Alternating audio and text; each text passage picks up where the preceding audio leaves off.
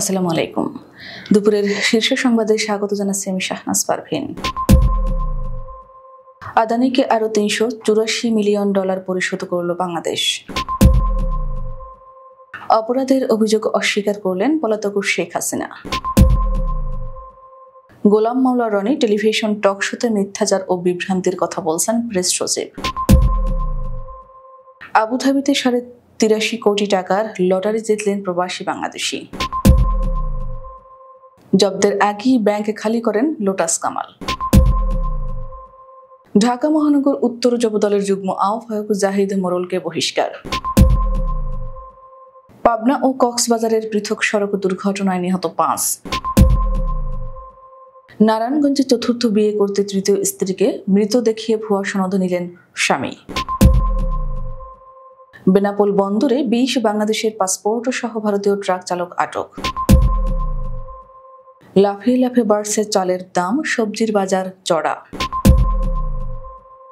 7 অঞ্চলের ঝড় ও বজ্রবৃষ্টির শঙ্কা, নদী বন্দরে সতর্কতা। 35 ভাষায় শোনা যাবে মক্কার জুমার খুতবা। আনুষ্ঠানিকভাবে আফগানিস্তানের তালেবান সরকারকে স্বীকৃতি দিয়েছে রাশিয়া। এবং ইউক্রেনের হামলায় রাশিয়ার নৌবাহিনীর উপপ্রধান নিহত। শুনছিলেন শিরোনাম, এবার বিস্তারিত। ভারতের আদানি পাওয়ারকে জুন মাসে $384 মিলিয়ন পরিশোধ করেছে বাংলাদেশ সরকার। এর ফলে বিতর্কিত বিদ্যুৎ সরবরাহ চুক্তির আওতায় আদানির কাছে বাংলাদেশের বকেয়ার বড় একটি অংশ পরিশোধ হয়েছে বলে জানিয়েছে ভারতীয় দৈনিক দ্য হিন্দু। নাম প্রকাশে অনিচ্ছুক দুটি সূত্র দ্য হিন্দুকে জানায়, 27 জুন পর্যন্ত বাংলাদেশ আদানিকে $384 মিলিয়ন দিয়েছে। জুন মাসে মোট $437 মিলিয়ন পরিশোধ করার কথা ছিল। এই অর্থ পরিশোধের মাধ্যমে চলতি বছরের 31 মার্চ পর্যন্ত আদানির গ্রহণযোগ্য পাওনা পূরণ হয়ে যাবে। সর্বশেষ পরিশোধ সহ বাংলাদেশ এখন পর্যন্ত আদানিকে প্রায় $1.5 বিলিয়ন পরিশোধ করেছে। মোট বিল করা হয়েছে প্রায় $2 বিলিয়ন। সূত্র অনুযায়ী নির্ধারিত সময় মতো অর্থ পরিশোধ অব্যাহত থাকলে জানুয়ারি থেকে জুন পর্যন্ত বিলম্ব ফি বাবদ $200 মিলিয়ন পর্যন্ত ছাড় দেওয়ার কথাও জানিয়েছে আদানি। তবে এখনও বিদ্যুৎ কেন্দ্রের উৎপাদন ক্ষমতা ও কয়লার দামের হিসাব নিয়ে বাংলাদেশ ও আদানি গ্রুপের মধ্যে মতনৈক্য রয়ে গেছে। বাংলাদেশের পলাতক সাবেক প্রধানমন্ত্রী শেখ হাসিনা মানবতা বিরোধী অপরাধের অভিযোগ অস্বীকার করেছেন। মঙ্গলবার তার রাষ্ট্রনিযুক্ত আইনজীবী একথা জানিয়েছেন। জাতিসংঘের তথ্য অনুযায়ী গত বছরের জুলাই থেকে অগস্টের মধ্যে বাংলাদেশে 1400 জন নিহত হয়েছেন, যখন শেখ হাসিনার সরকার ক্ষমতা ধরে রাখার ব্যর্থ প্রচেষ্টায় বিক্ষোভকারীদের উপর দমন-পীড়নের নির্দেশ দেয়। অগস্ট মাসে ছাত্র নেতৃত্বাধীন বিদ্রোহের চূড়ান্ত পর্যায়ে শেখ হাসিনা ভারতে পালিয়ে যান এবং ঢাকায় ফিরে আসার আদেশ অমান্য করেন। তার অনুপস্থিতিতে বাংলাদেশে বিচার শুরু হয় 1 জুন। আইনজীবীরা শেখ হাসিনার বিরুদ্ধে 5টি অভিযোগ দায়ের করেছেন: প্ররোচনা, উস্কানি, কুকর্মের সহযোগিতা, ষড়যন্ত্র এবং গণহত্যা প্রতিরোধে ব্যর্থতা, যা বাংলাদেশি আইনের অধীনে মানবতা বিরোধী অপরাধের সমান। তার আইনজীবী আমির হোসেন বলেছেন, শেখ হাসিনা সকল অভিযোগ অস্বীকার করেছেন এবং সাংবাদিকদের বলেছেন যে তিনি এই অভিযোগ থেকে অব্যাহতি পেতে নিজের যুক্তি উপস্থাপন করবেন। প্রধান উপদেষ্টার প্রেস সচিব শফিকুল আলম বলেন, গোলাম মাওলা রনি এখন টেলিভিশন টক শো ও ইউটিউব ভিডিওগুলোর মিথ্যাচার ও বিভ্রান্তির অন্যতম প্রধান উৎসে পরিণত হয়েছে। শুক্রবার ফেসবুকে দেয়া এক পোস্টে শফিকুল আলম বলেন, গোলাম মাওলা রনি এখন আমাদের টিভি টক শো ও ইউটিউব ভিডিওগুলোর মিথ্যাচার ও বিভ্রান্তির অন্যতম প্রধান উৎস হয়ে উঠেছেন। তিনি আরও বলেন, সম্প্রতি সময় টিভির এক টকশোতে রনি দাবি করেছেন যে নূর হোসেন স্বৈরাচার বিরোধী আন্দোলনের কিংবদন্তি শহীদ নাকি জনতার হাতে নিহত হয়েছেন।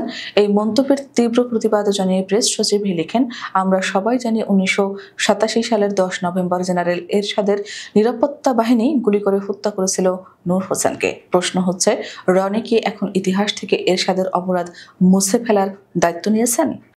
সংযুক্ত আরব আমিরাতের আবুধাবিতে এক প্রবাসী বাংলাদেশি 2.5 কোটি দিরহামের লটারি জিতেছেন। বাংলাদেশি অর্থে তা 83 কোটি টাকার। গালফ নিউজ বলছে, আবুধাবিতে বসবাসরত মোহাম্মদ নাসের মোহাম্মদ বেলাল সর্বশেষ গ্র্যান্ড প্রাইজ ড্রতে গোল্ড পুরস্কার জিতে ওই অর্থ পেয়েছেন। আবুধাবির বিগ টিকিট রাফেল ড্রয়ের ইতিহাসের বেলাল অন্যতম বড় এ জ্যাকপট জিতেছেন। লটারির আয়োজক কর্তৃপক্ষ পুরস্কার জয়ের সঙ্গে যোগাযোগ করতে পারেননি। ড্রয়ের সময় সময় উপস্থাপক রিচার্ড ও বুশরা বেলালকে ফোন করলেও তিনি ধরেননি। রাইফেল ড্রর টিকিটটি বেলাল কিনেছিলেন 24 জুন। তার কেনা 06108 নম্বর টিকিটে জ্যাকপটের বিশাল অঙ্কের লটারি জিতে নেয়। আয়োজকরা বলছেন তারা এখনও বেলালের সঙ্গে যোগাযোগ করার চেষ্টা করছেন। সরকার পরিবর্তনের আভাস পেয়ে গত জানুয়ারি থেকে নিজেদের ব্যক্তিগত ব্যাংক হিসাব খালি করে বিদেশে পালিয়েছেন আওয়ামী লীগের সরকারের সাবেক অর্থমন্ত্রী আ.হ.ম মোস্তফা কামাল ওরফে লোটাস কামাল ও তার পরিবার। গত জানুয়ারি থেকে তারা ব্যাংক থেকে তুলে নিয়েছেন 650 কোটি টাকা। বাংলাদেশ ফিনান্সিয়াল ইন্টেলিজেন্স ইউনিটের জব্দ করা ব্যাংক হিসেবে অবশ্য পাওয়া গেছে 80 কোটি টাকার বেশি। মূলত ব্যাংকের তারল্য সংকটের কারণে পুরো অর্থ তুলে নিতে পারেননি। অভিযোগ আছে সাবেক এই মন্ত্রী ব্যাংক, পুঁজিবাজার ও সরকারি প্রকল্প থেকে লুটেছেন হাজার হাজার কোটি টাকা, সাম্রাজ্য করেছেন দুবাই, সিঙ্গাপুর সহ বিভিন্ন দেশে। জাতীয়তাবাদী যুবদল ঢাকা মহানগর উত্তর শাখার যুগ্ম আহ্বায়ক জাহিদ হোসেন মোরল ওরফে জাহিদ মোরলকে বহিষ্কার করেছে যুবদল কেন্দ্রীয় নির্বাহী কমিটি। একই সঙ্গে তার বিরুদ্ধে আইনগত ব্যবস্থা নেওয়ার জন্য আইনশৃঙ্খলা বাহিনীর প্রতি আহ্বান জানানো হয়েছে। বৃহস্পতিবার যুবদল কেন্দ্রীয় নির্বাহী কমিটির সহ দপ্তর সম্পাদক মিনহাজুল ইসলাম ভূঁইয়ার স্বাক্ষরিত এক চিঠিতে এ বহিষ্কারের তথ্য জানানো হয়। চিঠিতে উল্লেখ করা হয়, দলীয় শৃঙ্খলা ভঙ্গ এবং দলের নীতি, আদর্শ ও সংহতির পরিপন্থী নানা কর্মকাণ্ডের কারণে জাহিদ মোরলকে প্রাথমিক সদস্য পদ সহ দল থেকে বহিষ্কার করা হয়েছে। পাবনা ও কক্সবাজারের চকরিয়ায় পৃথক দুটি সড়ক দুর্ঘটনায় অন্তত 5 জন নিহত হয়েছেন এবং আহত হয়েছেন আরও অন্তত 15 জন। এর মধ্যে আজ ভোর 5:30টার দিকে পাবনা ঢাকা মহাসড়কের সাথিয়া উপজেলার পূর্ব বনগ্রাম এলাকায় বাস ও ট্রাকের মুখোমুখি সংঘর্ষে 3 জন যাত্রী নিহত হয়েছেন এবং আহত হয়েছেন অন্তত 10 জন। বিষয়টি নিশ্চিত করে মাধপুর হাইওয়ে থানার ওসি মুস্তাফিজুর রহমান বলেছেন, অন্যদিকে গতকাল রাত 12:15টার দিকে কক্সবাজারের চকরিয়া উপজেলায় একটি বাস নিয়ন্ত্রণ হারিয়ে খাদে পড়ে যায়। এতে 2 জন নিহত হয়েছেন। গুরুতর আহত অবস্থায় 5 জনকে হাসপাতালে ভর্তি করা হয়েছে। রাত 12টার দিকে দুর্ঘটনাস্থলে উদ্ধার কাজে অংশ নেয় চিরিঙ্গা হাইওয়ে থানা পুলিশ, সেনাবাহিনী, ফায়ার সার্ভিস ও চকরিয়া থানা পুলিশ। এ বিষয়ে চিরিঙ্গা হাইওয়ে পুলিশের ভারপ্রাপ্ত কর্মকর্তা আরিফুল আমিন বলেছেন, নিহত 2 জনের লাশ হাইওয়ে থানায় রয়েছে। নারায়ণগঞ্জে চতুর্থ বিয়ে করতে তৃতীয় স্ত্রীকে মৃত দেখিয়ে ইউপি সদস্যের কাছ থেকে ভুয়া সনদ নেওয়ার অভিযোগ উঠেছে শাহজাহান নামে এক ব্যক্তির বিরুদ্ধে। সেই সনদ দিয়ে ভোটার তালিকায় তৃতীয় স্ত্রীকে মৃত দেখানো হয়েছে। এমন জালিয়াতির অভিযোগে বৃহস্পতিবার বিকেলে শাহজাহানের তৃতীয় স্ত্রী সীমা আক্তার, তার স্বামী, সনদ প্রদানকারী ইউপি সদস্য এবং সনদের তথ্য সংগ্রহকারী সহ 3 জনের বিরুদ্ধে ফতুল্লা মডেল থানায় লিখিত অভিযোগ দিয়েছেন। বেনাপোল বন্দর থেকে 20টি বাংলাদেশি পাসপোর্ট সহ বেচারাম প্রামাণিক নামে একজন ভারতীয় ট্রাক চালককে আটক করেছে আনসার সদস্যরা। বৃহস্পতিবার রাত 11:30টার দিকে বেনাপোল বন্দরের কার্গো ভেহিকল টার্মিনাল গেট থেকে পাসপোর্ট সহ তাকে আটক করে বন্দরের নিরাপত্তা কর্মী আনসার সদস্যরা। একাধিক সূত্রে জানা গেছে, সার্বিয়ার ভিসা লাগানো পাসপোর্টগুলো ভারত থেকে অবৈধভাবে বাংলাদেশ আনছিল ট্রাক চালক বেচারাম প্রামাণিক। সবগুলো পাসপোর্টে গত 24 জুন তারিখে সার্বিয়ার ভিসা লাগানো রয়েছে। ধারণা করা হচ্ছে ইউরোপিয়ান ইউনিয়নের অন্তর্ভুক্ত কোনো দেশে ঢোকার জন্য তারা এই ভিসা লাগিয়েছিল। রাজধানীর বাজারে আবারও ঊর্ধ্বমুখী চাল ও সবজির দাম, এতে দিশেহারা সাধারণ মানুষ। পাইকারি ও খুচরা বাজার ঘুরে দেখা গেছে, মিনিকেট চালের দাম যেমন গত কয়েক সপ্তাহ ধরেই চড়া, তেমনি প্রায় সব ধরনের সবজির দাম কেজিতে 10 থেকে 30 টাকা পর্যন্ত বেড়েছে। পাশাপাশি মৌসুম না হওয়ায় কিছু বিশেষ সবজির দাম তো আকাশ ছোঁয়া। শুক্রবার সকালে মোহাম্মদপুরের কাউরান বাজার ঘুরে দেখা গেছে প্রায় সব সবজির কেজি 60 থেকে 100 টাকার ঘরে। 2 সপ্তাহ আগে এসব সবজি 30 থেকে 50 টাকায় পাওয়া যাচ্ছিল। চালের বাজারে ভোক্তাদের অবস্থা আরও নাজুক। সন্ধ্যার মধ্যে ঘন্টায় সর্বোচ্চ 60 কিলোমিটার বেগে ঝড় বয়ে যেতে পারে দেশের উপকূলীয় ও দক্ষিণ পূর্বাঞ্চলীয় 7টি অঞ্চলের উপর দিয়ে। এ সময় বৃষ্টি বা বজ্রসহ বৃষ্টি হতে পারে এসব অঞ্চলে। এই অবস্থায় এই 7 অঞ্চলের নদী বন্দরগুলোকে 1 নম্বর সতর্ক সংকেত দেখাতে বলেছে আবহাওয়া অধিদপ্তর।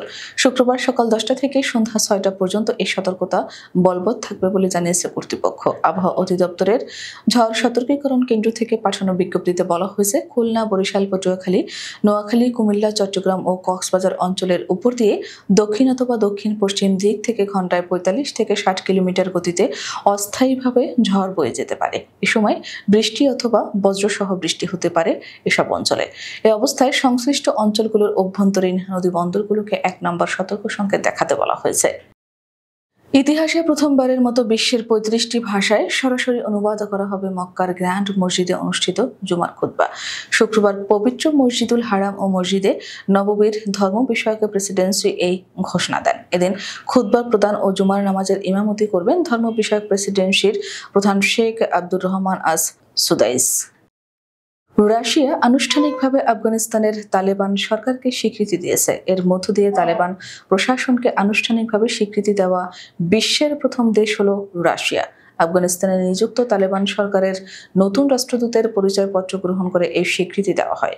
বৃহস্পতিবার কাবুলে আফগান পররাষ্ট্রমন্ত্রী আমির খান মুত্তাকির সঙ্গে বৈঠকে রুশ রাষ্ট্রদূত দিমিত্রি ঝিরনোভ এই স্বীকৃতির বিষয়টি জানিয়ে দেন। মুত্তাকি একে সাহসী সিদ্ধান্ত হিসেবে অভিহিত করে বলেন, এটি ইতিবাচক সম্পর্ক, পারস্পরিক শ্রদ্ধা এবং গঠনমূলক সহযোগিতার এক নতুন অধ্যায়।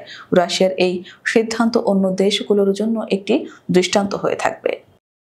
রাশিয়ার কুরস্ক অঞ্চলে ইউক্রেনের হামলায় রুশ নৌবাহিনীর উপপ্রধান মেজর জেনারেল মিখাইল গুদকভ নিহত হয়েছেন। এ তথ্য নিশ্চিত করেছেন রাশিয়ার পূর্বাঞ্চলীয় প্রিমোরস্কি অঞ্চলের গভর্নর ওলেগ কঝেমিয়াকো।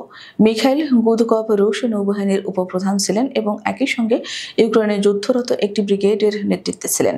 ইউক্রেনে পূর্ণমাত্রার যুদ্ধ শুরুর পর থেকে তিনি রাশিয়ার অন্যতম উচ্চপদস্থ সামরিক কর্মকর্তা, যিনি প্রাণ হারালেন।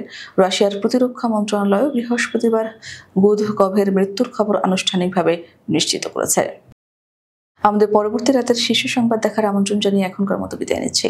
দর্শক, ভিডিওটি শেষ পর্যন্ত দেখার জন্য আপনাকে অসংখ্য ধন্যবাদ।